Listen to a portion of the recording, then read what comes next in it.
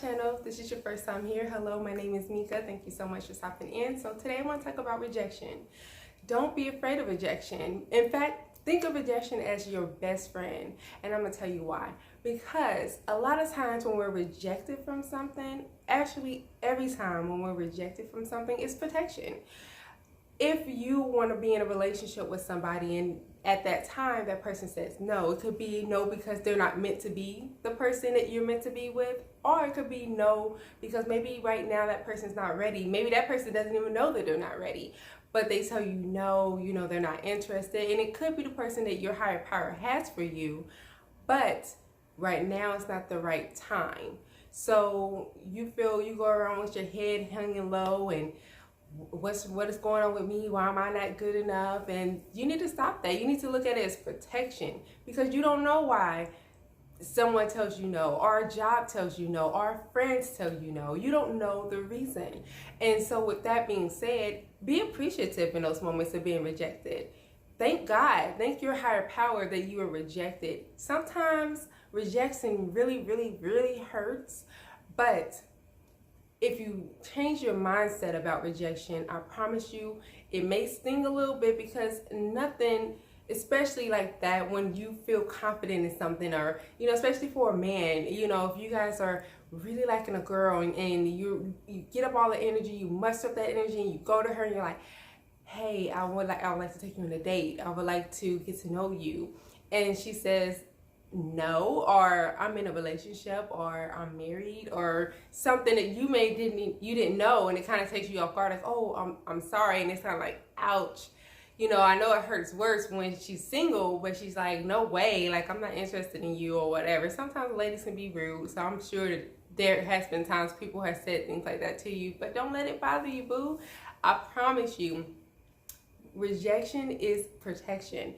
Look at it that way. Anytime that the door shuts, anytime that the answer is no, anytime that someone says you can't, anytime that the opportunity is snatched off the table for you, look at it as like, this is a moment of protection for me. But why? And it could be, like for a job.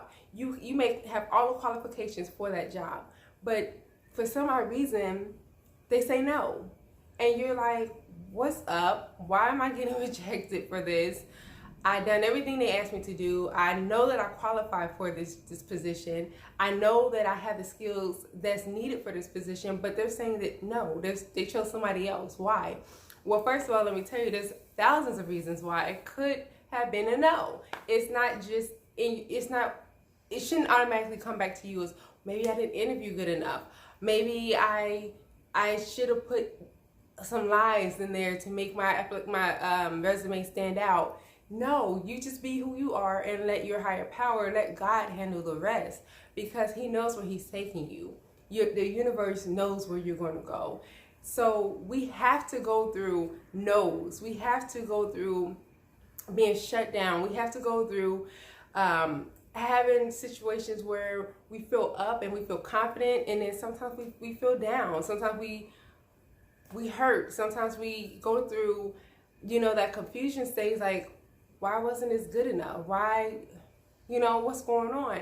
But when you go through it and you keep getting told no, you keep getting told no, you keep getting told no, you'll understand later on once you get that yes. Because think about it, you're only one person. You only can have one relationship, one marriage. Well, you can do what you want to do. I know those people who believe in polygamy and all that stuff, but for most of us, you're only wanting, or you're only going to be in one relationship at a time, one marriage, one job at a time, usually. I mean, you can have a part-time job, but a career, what you see as your career, you're only going to do one. So what if you interview for 10 places and 9 of them say no? Or you go to all 10 interviews and maybe none of them say yes. Maybe they all just say no, or maybe some of them say no and some of them just leave you hanging. You don't know what's going on. So what? Because that's just more motivation for you to keep going, keep trying, keep putting yourself out there. Don't change yourself. I mean, if you know you have some flaws that you can work on, or maybe there's some things that you do need to, offer up more of. Maybe you have some skills that you in your interview process you don't even relay it. You have the skills, but you just sometimes some of us are just not speakers. Some of you guys are not like me. I'm long-winded. I could talk forever. I have no problem with talking, and it's not bragging. That's the thing for me. Like when I go through interviewing, for example, even with interviewing for dating or whatever, you know, they like to say you interview people, but even when I go through interviewing in those type of situations, I don't like to brag about myself. And it's not, I have to learn that it's not bragging, it's just being honest. And I think a lot of times when I start to feel like that sounds a little bit like bragging or boasting, like, oh, I got this degree, or oh, I went to school for this, and I got this, I got that, I could do this, I can do that. It comes off as, to me, and this is probably just my flaw, but it comes off like not being humble.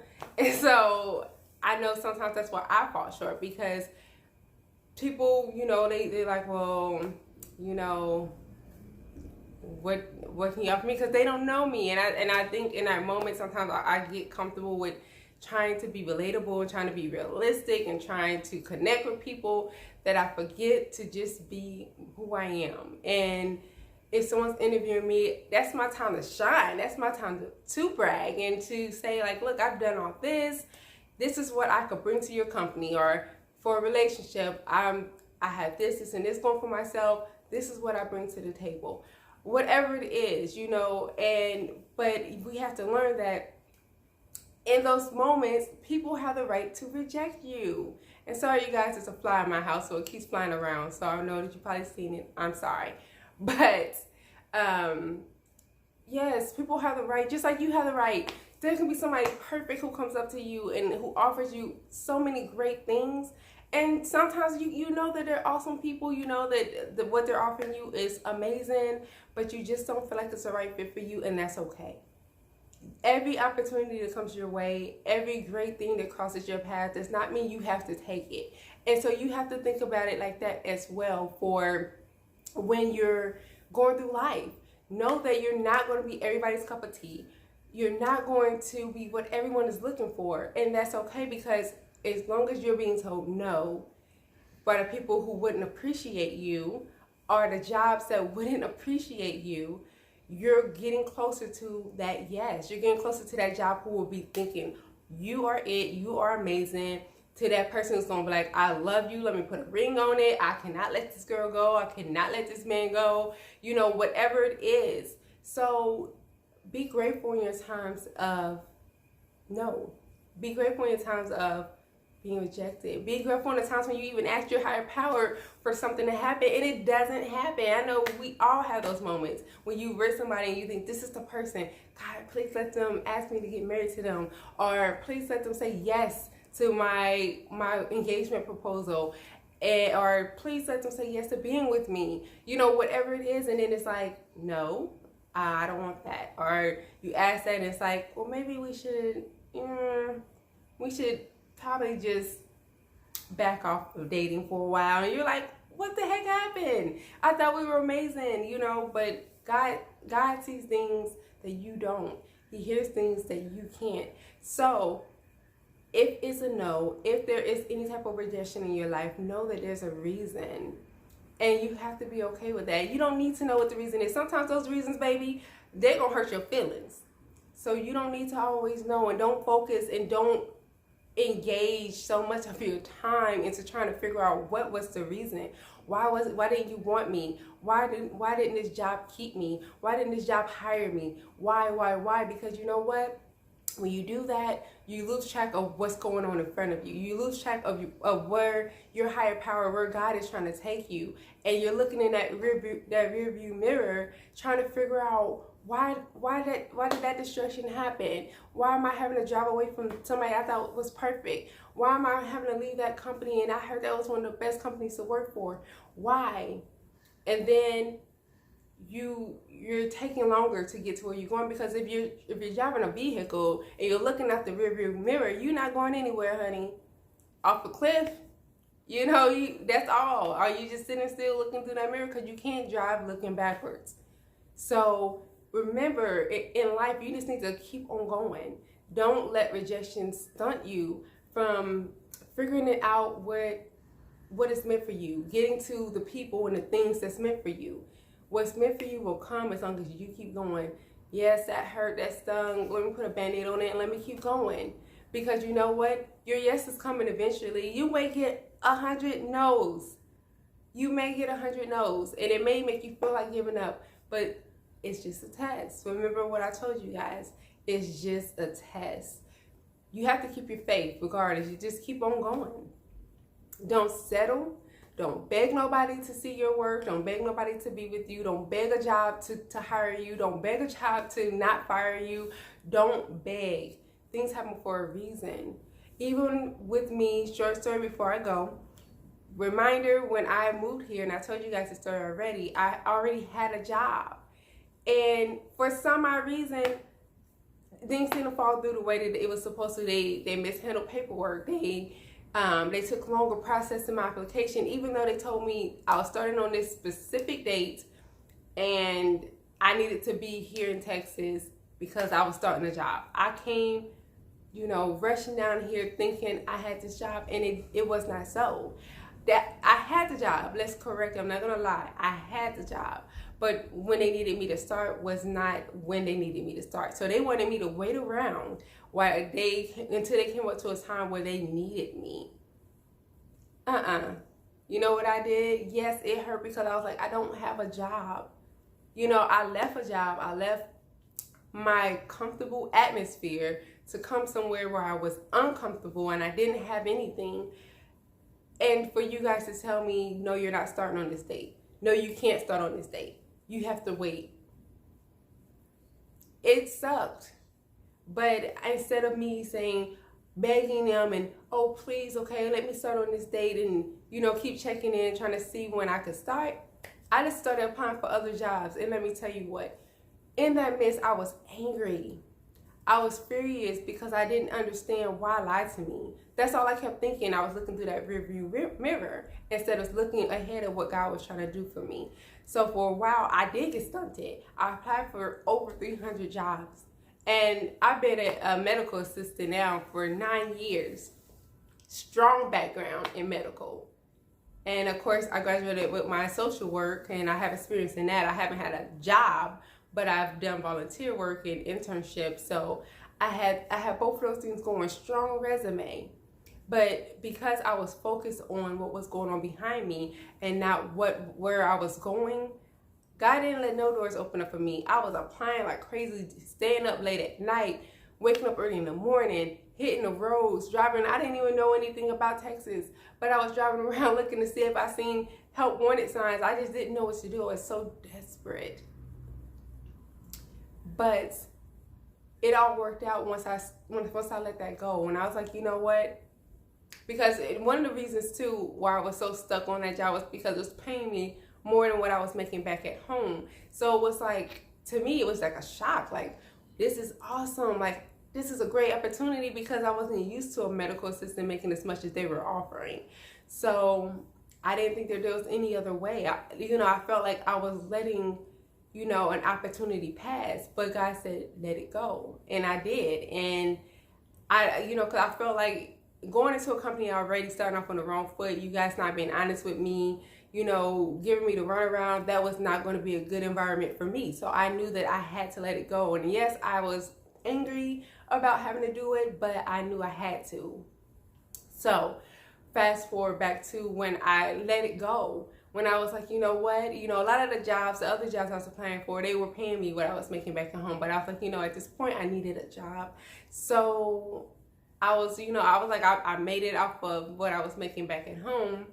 So, it's just, a little, as long as they pay me what I'm making, at least what I was making, then I'm okay. That's how I just thought about it, because I just, I was so, I don't like to be without a job, y'all. So, I just kept on applying, and, still when I was looking forward and trying to see where God was taking me, doors were still not opening. They weren't opening at that time. But what happened was, when I just let go and let God, and I accepted, okay, I was being rejected from a lot of jobs, getting those little emails to tell you like, thank you for applying, but we went with somebody else's application. Please apply again if you see something else. You know, those, I'm sure if you guys apply for jobs, you know what I'm talking about. The ones that just make your heart drop. It's like another one. I was getting so many of them, and I just started accepting, like, okay, there's a reason for me not to be there. And so I was offered this job that I'm working for currently, and the blessing revealed itself to me after I got this job, because once I got the job offer and everything, they were, for one, paying more than what the first job had offered me. For two, the apartment that I'm living in now,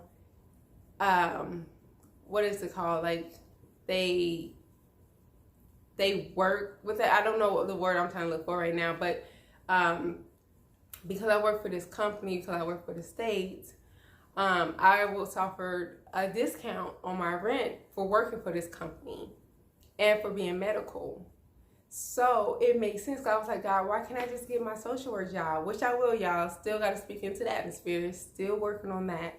But I was so like, I just really wanted to get into my social work. But God said, pay attention to me. He works strategically. So yes, I have my place now, but it's because of my job, you know, because of the discount I got from them. I was able to comfortably afford my place, and I was, you know, I'll get paid, you know, great money. So it was, God said, you gotta take baby steps. You can't be trying to run already. You gotta focus on me. And so that's what I did. And now I understood the reason for my rejections. Now I understood, and I appreciate those rejections. And the same can happen for you. The same is going to happen for you. If you learn to appreciate those rejections, if you learn to be okay with being rejected from whomever you are being rejected from, or whoever is rejecting you, you need to learn to be okay with it, because down the road, you're going to figure out your reason why, and something greater is coming. You have to learn to appreciate it.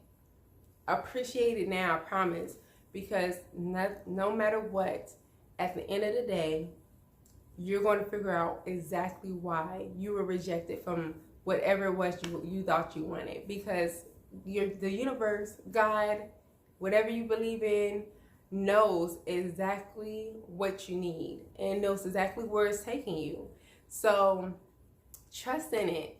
You know, life is like a big puzzle. You know, Heads Up, 7 Up, we used to play in school. That's kind of what I feel like life is when it comes to God, because it's like, you know, you're trying to guess, like, okay, is this it? No, it's not. Okay, that was it. No, it's this person. No, it's not. Okay. Oh no, wait, it's that one. You know, it's like you're always guessing, but you don't know. You know somebody pushed your thumb down, but you couldn't see it, and you don't know who it was. It's just a big guessing game.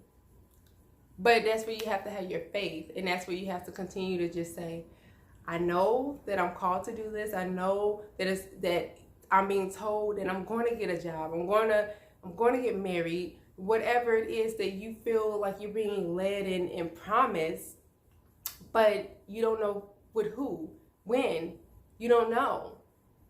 It's just where you just have to keep on. Sometimes you just got to keep taking a lot of notes before you finally find that, yes, that's the person. And then you appreciate it more. You appreciate it more when you get told no a lot, and then you finally get a yes. You appreciate that job. You appreciate that person. You appreciate that thing. You appreciate it more. I promise you. I promise you. So y'all let me know what you think in the comments below. Like always, I love to talk to you guys. Let me know what you think. Let me know your thoughts on it. If you agree, don't agree, that's perfectly fine. You don't have to agree with me, and you can give me some feedback, and we can talk about it. You know, converse with the people in the comments and let them know your experiences and give people some encouragement. And we will talk next time. Bye.